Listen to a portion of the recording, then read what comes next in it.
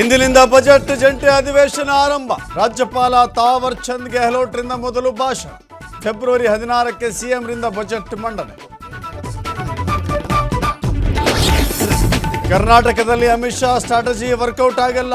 ಮೋದಿಗೆ ಪ್ರಪಂಚ ಸುತ್ತೋದಷ್ಟೇ ಗೊತ್ತು. ರಾಷ್ಟ್ರದಲ್ಲಿ ಏನಾಗುತ್ತೆ ಕಾದ್ ನೋಡಿ ಅಂದ್ರು ಚಲುವರಾಯಸ್ವಾಮಿ. ಮಂಗಳೂರಿನ ಖಾಸಗಿ ಶಿಕ್ಷಣ ಸಂಸ್ಥೆಯಲ್ಲಿ ಶ್ರೀರಾಮನ ಅವಹೇಳನ ಆರೋಪ. ಪಾಂಡೇಶ್ವರ ಪೊಲೀಸ್ ಠಾಣೆಯಲ್ಲಿ ಶಿಕ್ಷಕಿ ವಿರುದ್ಧ ದೂರು. ಇವತ್ತು ಮತ್ತೆ ಶಾಲೆಗೆ ಎದುರು ಪೋಷಕರಿಂದ ಪ್ರತಿಭಟನೆ. ಬಿಹಾರದಲ್ಲಿ ಇವತ್ತು ನಿತೀಶ್ ಕುಮಾರ್ಗೆ ಅಗ್ನಿ ಪರೀಕ್ಷೆ. ವಿಧಾನಸಭೆಯಲ್ಲಿ ಜೆಡಿಯು ಬಿಜೆಪಿ ನಾಯಕರಿಂದ ಬಹುಮತ ಸಾಬೀತು. ವಿಶ್ವಾಸ ಮತ ಯಾಚನೆಗೂ ಮುನ್ನ ಹೈಡ್ರಾಮಾ ಸಾಧ್ಯತೆ. ಇಸ್ರೇಲ್ ಪರ ಬೇಹುಗಾರಿಕೆ ಆರೋಪ. ಕತಾರ್ನಲ್ಲಿ 8 ಮಂದಿ ನಿವೃತ್ತ ಅಧಿಕಾರಿಗಳಿಗೆ ರಿಲೀಫ್.